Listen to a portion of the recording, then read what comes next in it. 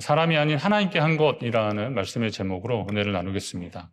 어떤 조직이나 공동체든 가장 심각한 문제나 걸림돌은 내부로부터 시작됩니다. 출애굽한 이스라엘 백성들이 가나안 향해서 나갈 때도 심각한 문제는 예외 없이 내부에서 있었습니다. 보통 외부로부터 적이 공격해 오면 결속을 해서 이렇게 맞서기 때문에 하나가 되는데, 이 외부의 적의 공격이 멈추면 이제 좀 살만하면 그때부터 이상하게 분란이 일어나더라고요. 다 그런 건 아닌데 교회 건축을 한 교회들이 조금 문제가 생기는 경우들이 많이 있습니다. 조금이 아니라 많은 문제를 생기는 경우가 조금 있습니다. 보니까 춘천에도 있고요. 그리고 우리 교단에도 그런 교회들이 있더라고요. 건축할 때는 정말 얼마나 좋은 마음으로 하나님의 전을 짓자 그래서 막 시작했겠습니까? 그런데 다 완공이 되고 나서 이상하게 재정 문제 생기고 또 여러 가지 좀 분란들이 있어서 교회가 굉장히 어려움 당하는 그런 경우들을 보게 됩니다.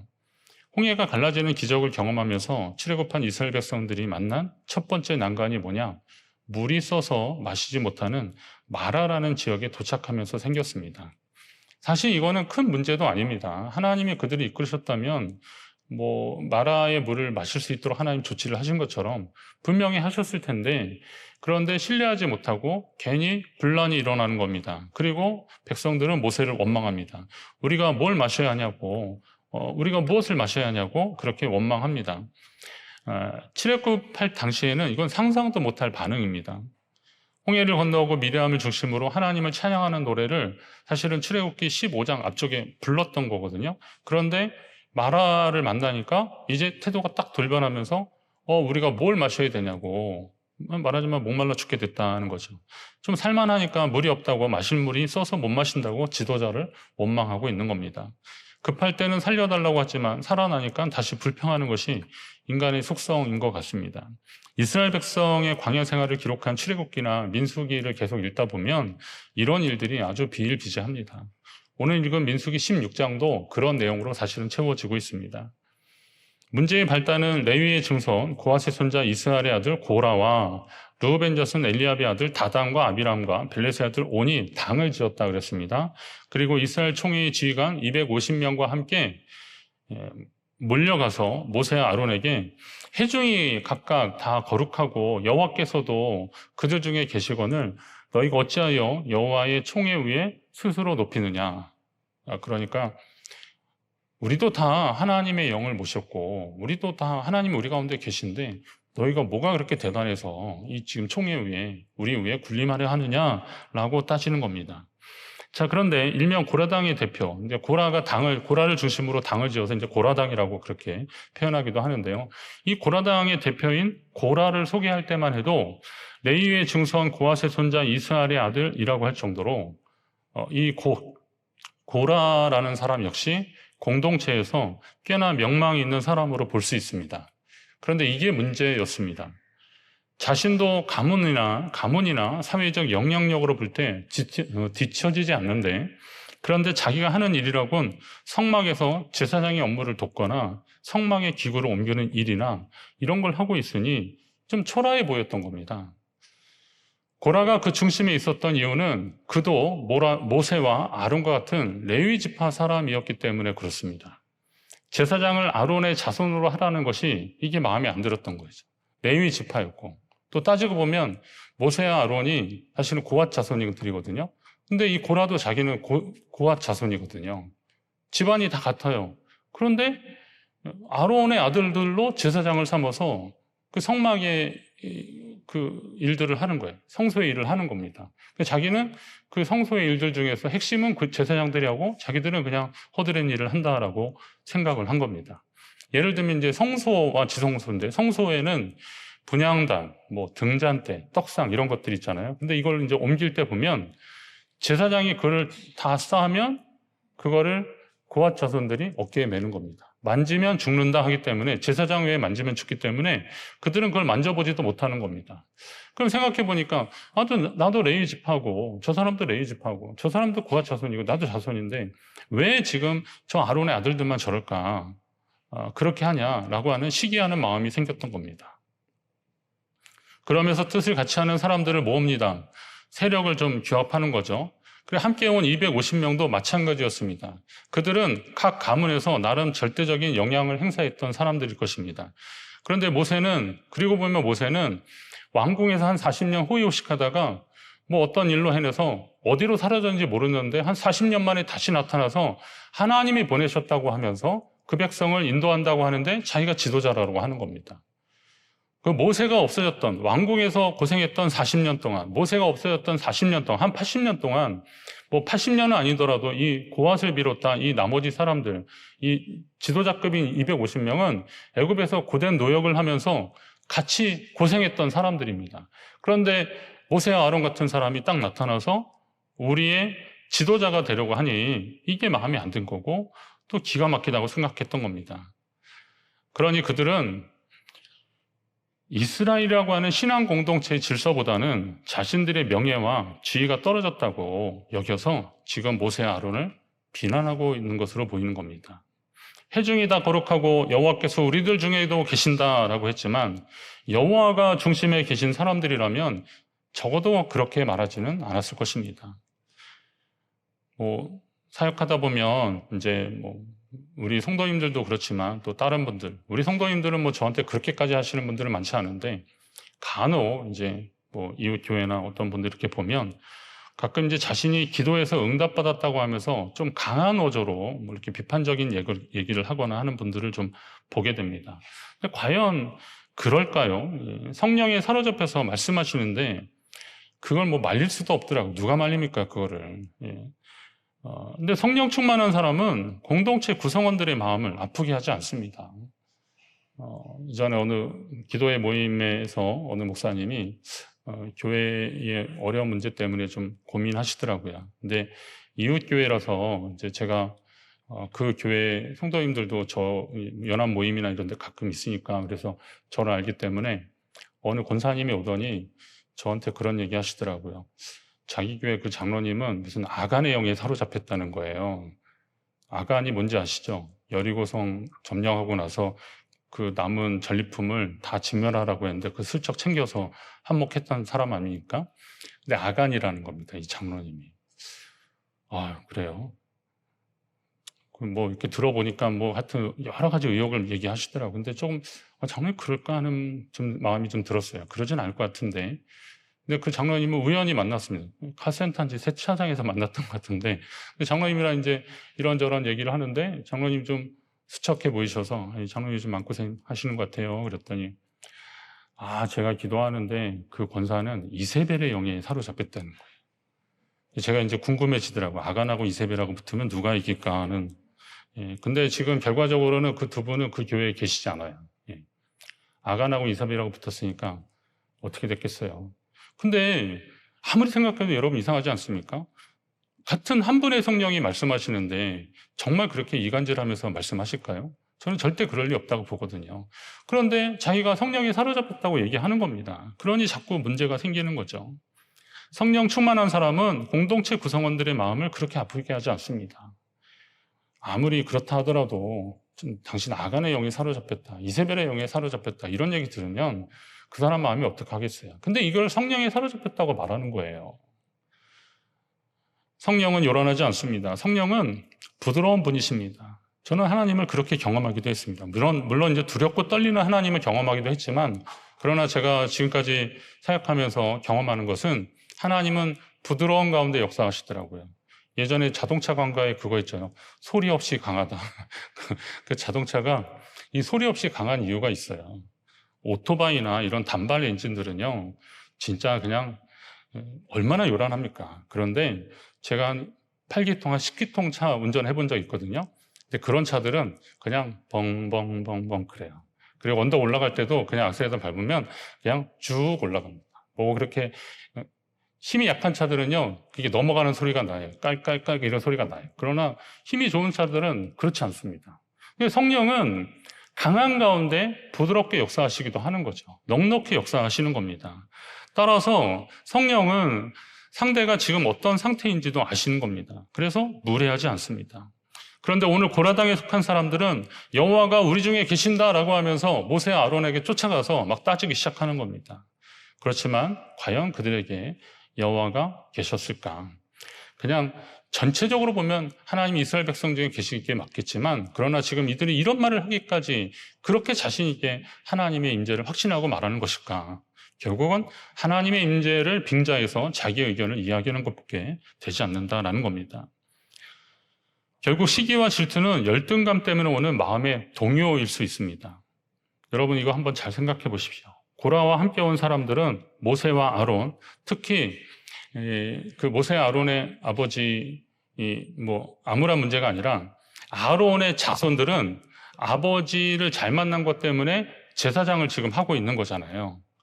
그러니까 이 자신들은 그런 거에 비하면 별거 아니라고 초라해지기 시작하고 그걸로 비교하고 열등감을 갖기 시작하는 겁니다. 저도 학생 때 그 신학교 딱 들어가니까 제가 가졌던 심한 열등감은 그거였습니다. 웬만한 친구들이 다 목사님하고 장로님 아들들이더라고요. 예. 웬만한 친구들은 목사님하고 장로님 아들들인데 얘네들은 보니까 신학교 1학년인데도 신학과 1학년 그 풋내기들인데도 서울에 한 몇천 명 교회에 전도사 하고 있고 또 뭐 교회학교 총무하고 있고 막 그러고 있더라고요. 근데 저는 어떻게 하는지도 몰랐고 제가 공부를 그렇게 못한 것도 아닌데요. 저는 이상하게 장학금을 학교에서 주는 장학금을 한 번도 못 받았어요. 알고 봤더니 얘네들은 무슨 정보를 그렇게 알았는지 장학금 신청하니까 또 이렇게 한 10번 찍으면 한두 번 나오고 그러더라고요. 근데 저는 그것도 못하고, 그러니까 이상하게 그건 사실 저의 실수거든요. 제가 조금 더 게시판을 잘 보거나 그랬으면 됐는데, 그런데 저 금수저들은 저런 거고 이 흙수저, 이 집사의 아들은 나는 기회도 없나 보다 이렇게 막 생각을 했던 겁니다. 예. 그러다 보니까 학기초는 별로 재미없었고 그냥 학교 다녀도 그냥 그랬는데 하나님이 저를 불쌍히 여기셨는지 아주 강권적으로 저를 붙드시는 그런 역사를 일으켜 주셔서 제가 이제 마음 잡고 공부하고 사역을 하게 됐는데요. 근데 나중에 이제 이렇게 지나고 나서 저희 아이가 이제 큰아들이 목사가 되고 나서 이제 그 심정을 제가 조금 알게 되는 겁니다. 뭐 어디 신학교 다니면서 어디 교회를 다닐 때, 어디 교회를 정하고 갈 때 제가 그 목사님한테 미리 전화를 하거나 그러진 않았거든요. 결과적으로 이제 지가 지원을 했거나 그래서 갔는데 그 목사님 알고 보니까 이제 제 아들이라서 나중에 이제 심지어는 얘가 그 교회 이름도 안 썼어요. 그냥 저쪽 그런 소개를 아버지 이름을 안 쓰고 막 그런 식으로 했던 거였었는데 나중에 그분들이 왜 말을 안 했냐라고 할 정도로 그런 거죠. 나중에 알고 보니까 이 장기동 목사의 아들로 사는 게 사실은 쉽지 않은 거죠. 예, 어디를 가도 너 아버지가 누구냐? 라고 하는 얘기 시작하는 거고 그러는 겁니다. 학교를 가도 그렇고, 그러니까 이런 것들이 굉장히 부담이 됐던 거였습니다. 첫째는 그렇게 갔는데 그 둘째 막내가 걔는 좀 성품이 더 좋았거든요.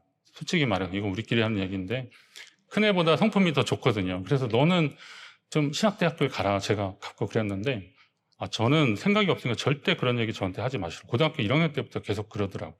근데 나중에 제가 좀 더 늦으면 안 되니까 한 2학년 때 물어봤어요. 너는 왜 그걸 싫다 그러냐?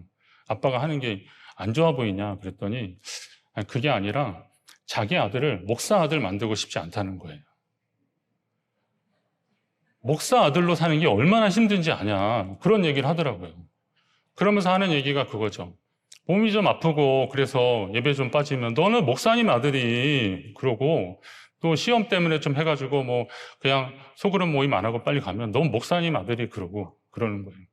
근데 생각해 보니까 우리 학교 때 친구들도 다 그랬을 거라는 거죠. 야, 장로님 아들이 예배 안 나와? 이런 이야기를 하는 거죠. 이게 얼마나 큰 스트레스였을까요?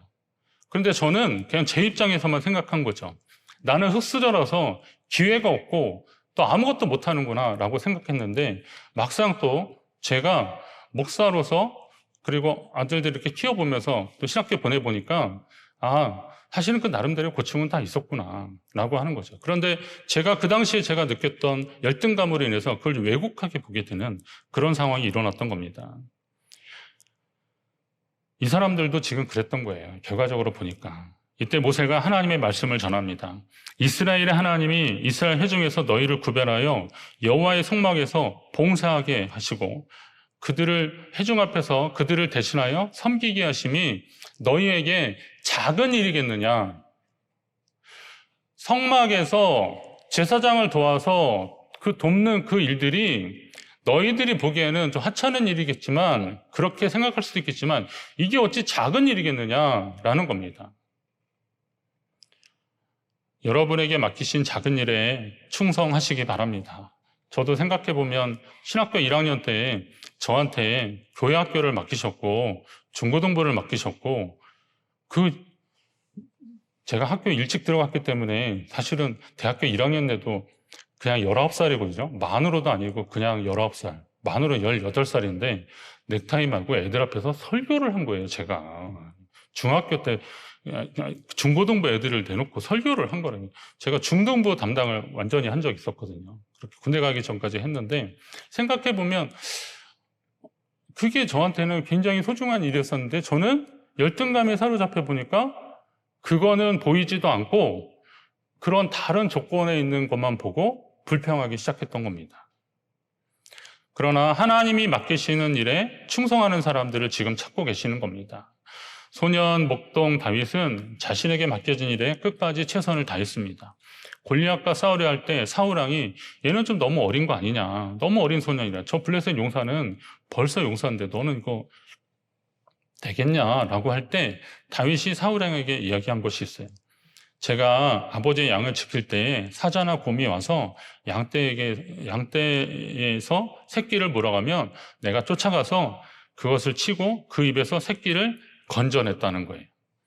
그것이 일어나 나를 해치려고 하면 내가 그 수염을 잡고 그것을 끝까지 싸워서 쳐 죽였다는 거예요. 생각해보면, 자, 사자나 곰이 양 새끼 물어가면 저 같으면요, 다른 양을 몰고, 야, 쟤는 틀렸어, 우리끼리 가자, 도망가고 막, 아니면 뭐 저라도 목숨 건지려고 도망갔을 텐데, 다윗은 자기에게 맡겨진 양 새끼 한 마리도 소홀히 여기지 않고 끝까지 최선을 다했던 겁니다. 그러면 결과적으로 보면 하나님이 그런 다윗을 소중히 여기신 거고, 다윗은 왕이 돼서도 이스라엘 백성들 한 생명을 끝까지 소중히 여기는 그런 일들을 했을 것이다, 이거죠. 자, 그렇다면 지금 여러분이 하는 일이 주님께 비롯된 것이라면 결코 작은 일이 아니라는 겁니다. 끝까지 믿음으로 성실하게 잘 감당하시기를 간절히 바랍니다. 자, 레위지파 고핫 자손이었던 고라야 그렇다지만 르우벤 자손인 다단과 아비람은 어떤 이유로 모세와 아론에게 불만을 가졌을까요? 고라는 고핫 자손이라서 그렇다 치고, 근데 다단과 아비람은 르우벤 지파 사람이었거든요. 그들이 나중에 불평한 것을 보면 아는데요. 13절에 보면 내가 우리를 적과 꿀이 흐르는 땅에서 이끌어내어 광야에서 죽이려 함이 어찌 작은 일이기에, 이렇게 얘기합니다. 우리가 생각하는 적과 꿀이 흐르는 땅은 어디를 말하는 거예요? 가나안 땅을 이야기하는데, 지금 이 사람들은 적과 꿀이 흐르는 땅을 자기들이 나온 땅, 애굽이라고 얘기하는 거예요. 사실 이거 몰랐을까요? 알았죠. 그런데도 불구하고 의도적으로 그런 말을 하는 거예요. 이건 다시 말해서 이 사람들은 하나님이 약속하신 땅에 대한 비전과 믿음이 없었던 겁니다.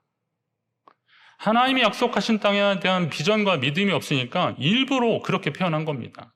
잘 살고 있는 이 적과 꿀이 흐르는 땅, 이 애굽 땅, 그 풍요로운 땅에서 잘 살고 있는데 우리를 이 광야에 이끌어내어 죽게 한다는 거예요. 그러면서 자신들이 이끌었던 모세와 아론을 향해서, 그건 뭐냐, 애굽은 이제 왕이 다스리는 나라잖아요. 그러니까 그 땅에서 기껏 우리를 끌어내서 네가 우리의 왕이 되려 하는 거냐라고 공격하기 시작하는 겁니다. 사실 다단과 아비람은 이스라엘 회중의 지도자들이었습니다. 지도자들이 이런 생각을 하고 있으니 백성은 과연 누구를 믿고 따를 수 있단 말입니까? 그들은 낙심하고 있는 백성들을 깨워서 주님께 나아가야 했고, 혹시 백성이 다른 곳으로 가려 하면 하나님의 약속을 믿고 좁은 길이지만 함께 가자고 해야 하는 그런 사람이었습니다. 그러나 지금처럼 의심하고 불평하고 있습니다. 오늘날 교회의 위기를 목회자를 비롯한 교회 지도자들에게서 찾고 있습니다. 물론 저도 포함됩니다. 이 영적 리더들은 백성의 소리도 당연히 들어야지만, 들어야 한다면 비중으로 보면 백성의 소리보다도 하나님의 음성에 더 귀를 기울여야 합니다.